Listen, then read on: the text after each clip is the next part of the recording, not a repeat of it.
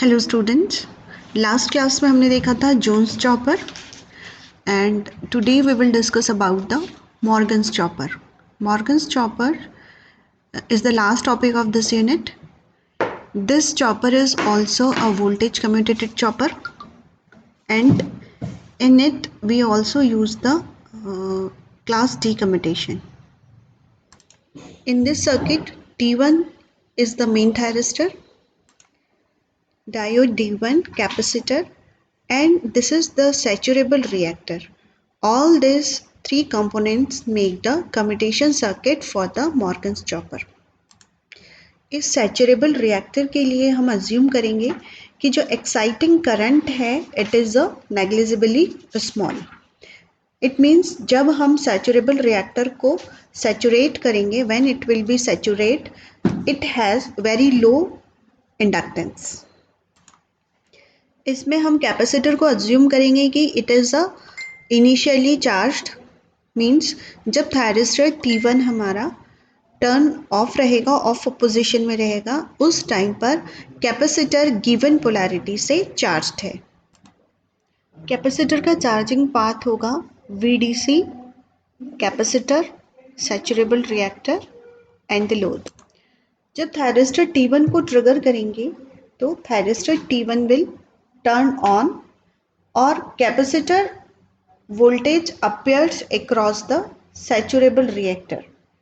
and जो इसका सैचुरेबल reactor की एक्चुअली प्रॉपर्टी ये होती है कि ये एक बार पॉजिटिव डायरेक्शन में सैचुरेट होता है एंड देन नेगेटिव सैचुरेशन में सैचुरेट होता है, नेगेटिव पोलैरिटी से सैचुरेट होता है.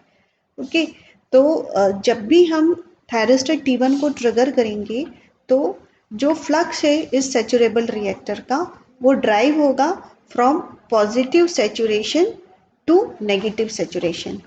और इस टाइम पर हमको ये ध्यान रखना है कि जो कैपेसिटर का वोल्टेज है वो इनिशियली कांस्टेंट रहेगा एट द सेम पोलैरिटी जब तक कि नेगेटिव सैचुरेशन रीच नहीं हो जाता. और ऐसा इसलिए होगा क्योंकि हमने अज्यूम करा है इस सैचुरेबल रिएक्टर का जो एक्साइटिंग करंट है वो बहुत ही नेग्लिजिबल है. जब ये कोर फ्लक्स इस सैचुरेबल रिएक्टर का नेगेटिव सैचुरेशन में रीच हो जाएगा तो उस टाइम पर capacitor will discharge through the thyristor T1. और जब ये डिस्चार्ज होगा थायरिस्टर T1 के थ्रू तो एक LC सर्किट का एक रेजोनेंट सर्किट फॉर्म होगा और कैपेसिटर की पोलैरिटी धीरे धीरे फिर रिवर्स होगी. मतलब कैपेसिटर डिस्चार्ज होगा इस T1 के through and again opposite polarity से वो चार्ज होगा. तो जो ये रिवर्सल ऑफ पोलैरिटी है कैपेसिटर की वो बहुत ज़्यादा क्विक होगी due to this saturable reactor. सो ये सैचुरेबल रिएक्टर इनेबल करता है इस कैपेसिटर को थायरिस्टर के थ्रू ईजिली डिस्चार्ज और चार्ज होने के लिए, और जो कि थायरिस्टर को टर्न ऑफ करने में हेल्प करता है. इसमें कैपेसिटर जब पहले इसकी गिवन पोलैरिटी यही है प्लस माइनस, और इस saturable reactor this saturable reactor is at positive saturation. और जब ये पॉजिटिव सैचुरेशन से नेगेटिव सैचुरेशन की तरफ मूव होता है तो अगेन ये कैपेसिटर क्या होता है, डिस्चार्ज होता है इस थायरिस्टर के थ्रू. और जब ये इसके थ्रू डिस्चार्ज होता है तो अगेन रिवर्स पोलैरिटी से ये चार्ज होता है. तो उस टाइम पर ये जो सैचुरेबल रिएक्टर है नेगेटिव से अगेन पॉजिटिव सैचुरेशन में जाता है. तो जैसे ही ये नेगेटिव सैचुरेशन में गया कैपेसिटर जो है रिवर्स पोलैरिटी से चार्ज हो गया, और जैसे ही ये नेगेटिव से पॉजिटिव में जाएगा this capacitor will provide the sufficient reverse voltage to this thyristor to turn it off. तो इस तरीके से थायरिस्टर T1 हमारा टर्न ऑफ हो जाता है। यहाँ पर ये जो थायरिस्टर है इसका turn on time will be depend on the saturation of this reactor. मतलब ये कब तक टर्न ऑन रहेगा, जब तक कि ये सैचुरेबल रिएक्टर पॉजिटिव सैचुरेशन से नेगेटिव सैचुरेशन और नेगेटिव सैचुरेशन से पॉजिटिव सैचुरेशन में ना पहुंच जाए। तो this is the on period of the thyristor. इस सैचुरेबल रिएक्टर को यूज़ करने का जो सबसे बड़ा एडवांटेज है वो ये है कि at the time of turn off, जब थायरिस्टर हमारा टर्न ऑफ हो रहा है तो उस टाइम पर कैपेसिटर जो है वो चार्जिंग हो रहा है, कैपेसिटर क्या चार्जिंग हो रहा है एंड द इंडक्टेंस उस टाइम पर सैचुरेटेड है। तो जो इसका ऑन टाइम होगा it is for low and for on time and it is high at the these are the application of the chopper are used for the DC motor control। Specially जो हम chopper का use करते हैं वो DC motor को control करने के लिए करते हैं। जितने भी हमारे बैटरी ऑपरेटेड व्हीकल्स है उनको उनमें हम चॉपर सर्किट का यूज़ करते हैं। Solar and wind energy conservation में भी चॉपर सर्किट का यूज़ होता है, क्योंकि यूजुअली सोलार से जो हमें एनर्जी मिलती है जो हम कलेक्ट करते हैं वो डीसी फॉर्म में ही होता है। So we have to use the chopper circuit to step up that DC and wind energy also we need a chopper circuitry। It is also use in the electric cars. जहाँ पर भी हम electric cars या electric vehicle का use करते हैं वहाँ पर डीसी स्टोरेज होता ही है and there we need a variable DC voltage, so it is used in the electric cars.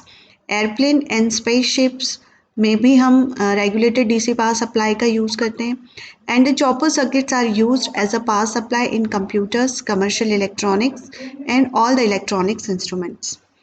Okay, so that's all for the unit number 4. Now we will start the unit number 5. Now we will study about the cycloconverter. What do you mean by the cycloconverter? Actually, cycloconverter is a AC to AC converter and it is also known as a frequency changer. इसको हम frequency changer भी कहते हैं and it is a AC to AC converter. इसमें हम input side में भी AC देते हैं और आउटपुट साइड में हमें एसी ही मिलता है, but through this circuit we can change the frequency as well as the voltage level of the supply. Mean supply में यदि आपने किसी एक फ्रीक्वेंसी का सप्लाई दिया है तो you can change the frequency at the output side. तो साइक्लो कन्वर्टर में be a two type, it may be a step up cyclo converter और it may be a step down cyclo converter. तो यदि हमने कोई particular frequency का supply दिया है, मान लो मेरा जो एफ आउटपुट फ्रीक्वेंसी जो है it is greater than the input frequency, then it is a step up cyclo converter। okay, it is a step up cyclo converter। or if FO is less than F in, it means यदि output frequency ज़्यादा कम है input frequency से तो it is step down cyclo converter. तो actually में हम cycles के साथ इसमें कन्वर्शन कर रहे हैं। साइकिल्स आपकी वेरी हो रही है, it means cycle means what, cycle means हमारी फ्रीक्वेंसी वेरी हो रही है, इसलिए हम इसको साइक्लो कन्वर्टर कहते हैं। ठीक है, तो हम दो टाइप के साइक्लो कन्वर्टर हो सकते हैं, या तो वो स्टेप अप साइक्लो कन्वर्टर होगा जिसमें फ्रीक्वेंसी हायर होगी, या फिर वो हमारा स्टेप डाउन साइक्लो कन्वर्टर होगा। ठीक है, सो मैं सबसे पहले ये 3 फेज भी हो सकते हैं और सिंगल फेज भी हो सकते हैं। तो this is a single phase two single phase cyclo converter. इसमें हम सिंगल फेज दे रहे हैं और हमें आउटपुट में भी सिंगल फेज मिल रहा है, तो this is called the single phase two single phase cyclo converter. और ये हमारा single phase two single phase cyclo converter है। इसमें हमने दो कॉम्बिनेशंस यूज़ करे हैं थायरिस्टर के। पहले आपको यदि आप देखें तो यहाँ पर हमने ये कहलाता है आपका मिड पॉइंट साइक्लो कन्वर्टर, क्योंकि यहाँ हमने सेकेंडरी साइड को मिड पॉइंट पर टैप करके रखा है। तो this is your T1, this is your T3, this is your T2 and this is your T4। तो यहाँ पर जो कॉम्बिनेशन में चलेंगे हमारे थायरिस्टर वो T1 T4 T1 T4 चलेगा साथ में, और दूसरे इसमें चलेगा आपका T2 T3 T2 T3 चलेगा।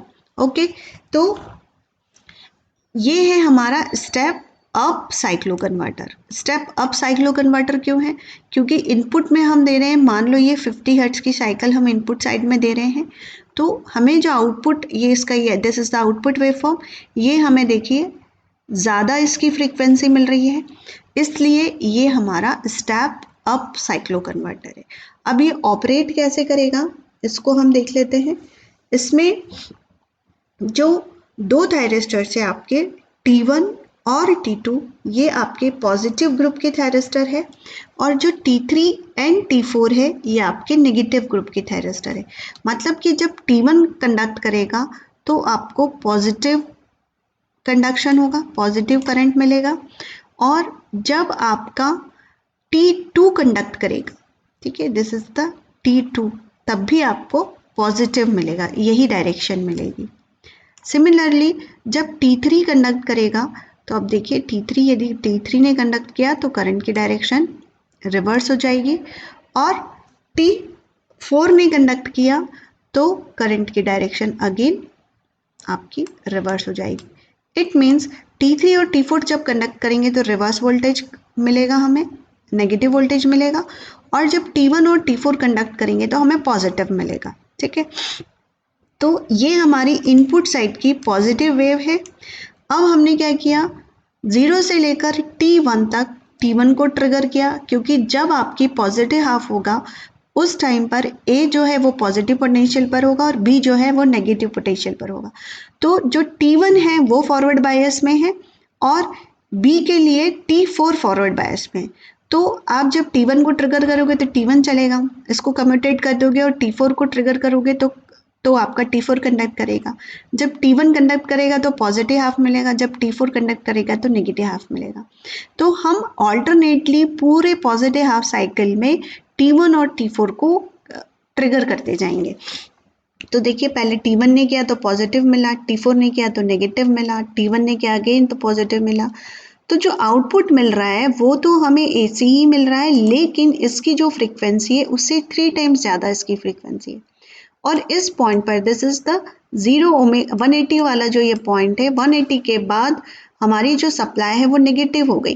तो जब ये नेगेटिव हो जाएगी तो ये टर्मिनल नेगेटिव और ये टर्मिनल पॉजिटिव हो जाएगा।